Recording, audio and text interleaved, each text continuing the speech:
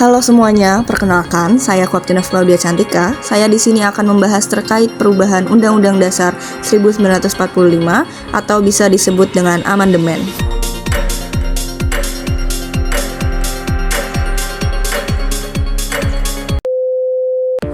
Sebelumnya, di sini saya ingin menjelaskan apa itu amandemen.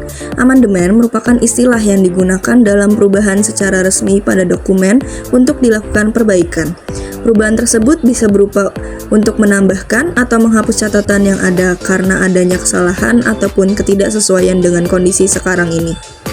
Tujuan perubahan dilakukan agar Undang-Undang Dasar semakin lebih baik dan sesuai dengan perkembangan zaman atau kondisi saat ini.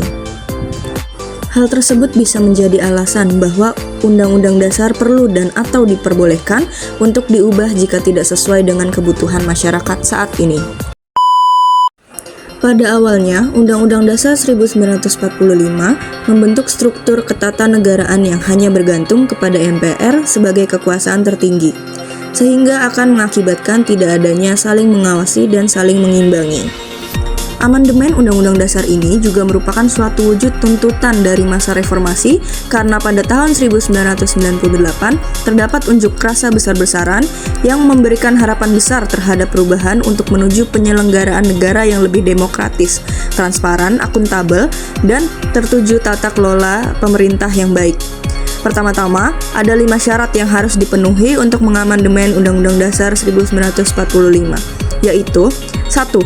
Usul perubahan diajukan minimal 1/3 anggota MPR. 2.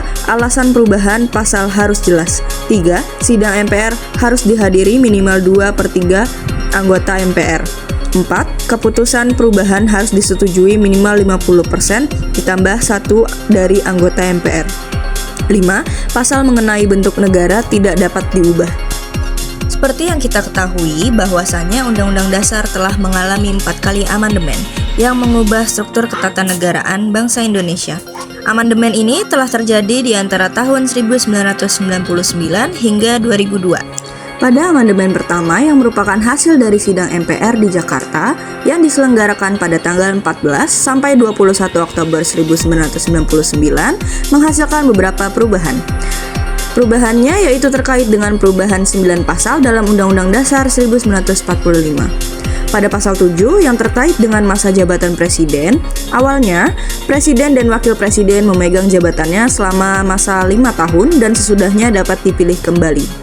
Diubah menjadi presiden dan wakil presiden memegang jabatan selama masa 5 tahun dan sesudahnya dapat hanya dipilih kembali dalam jabatan yang sama hanya untuk 1 kali jabatan saja.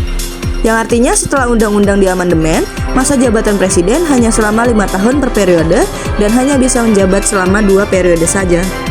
Kemudian terkait dengan 9 pasal yang mengalami perubahan adalah pasal 5, pasal 7, pasal 9, pasal 13, pasal 14, pasal 15, pasal 17, pasal 20, dan pasal 21. Selanjutnya yaitu amandemen kedua yang terjadi pada tanggal 7 sampai 18 Agustus tahun 2000, terdapat perubahan pada pasal 18 Undang-Undang Dasar 1945 tentang perubahan desentralisasi pemerintahan dan juga pemerintah daerah memiliki otonomi yang luas, jadi pemerintah daerah memiliki kewenangan untuk mengurus daerahnya sendiri. Lalu selanjutnya terjadi perubahan pada pasal 19 Undang-Undang Dasar 1945 terkait dengan pemilihan umum untuk DPR jadi Dewan Perwakilan Rakyat dapat dipilih secara langsung oleh masyarakat luas untuk mewujudkan penyelenggaraan negara Republik Indonesia yang lebih demokratis. Lalu adanya perubahan lain pada pasal 20, 26, 27, dan 30 serta ada penambahan pasal yaitu pasal 18A, pasal 18B, pasal 20A, pasal 22A, pasal 22B, pasal 25A, pasal 28 hingga 28J, dan pasal 36A hingga 36C.